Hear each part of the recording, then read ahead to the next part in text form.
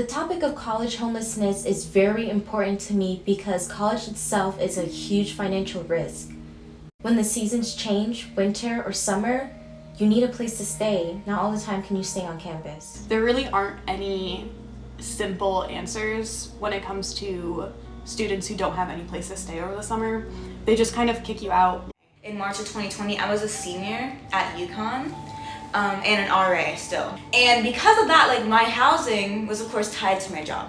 There was no reason why that necessarily wouldn't be the case until the pandemic hit. There's a lot of disbelief almost that students might be experiencing housing insecurity, right? We often think of homelessness as people living on the streets, adults living on the streets.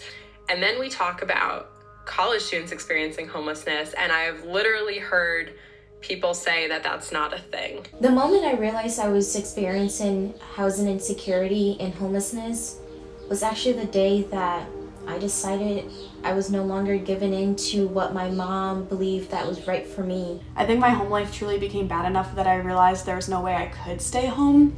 I had run away from home after something happened with my parents, and then at that point I realized I needed to figure out something for the summer because I wasn't going to move home.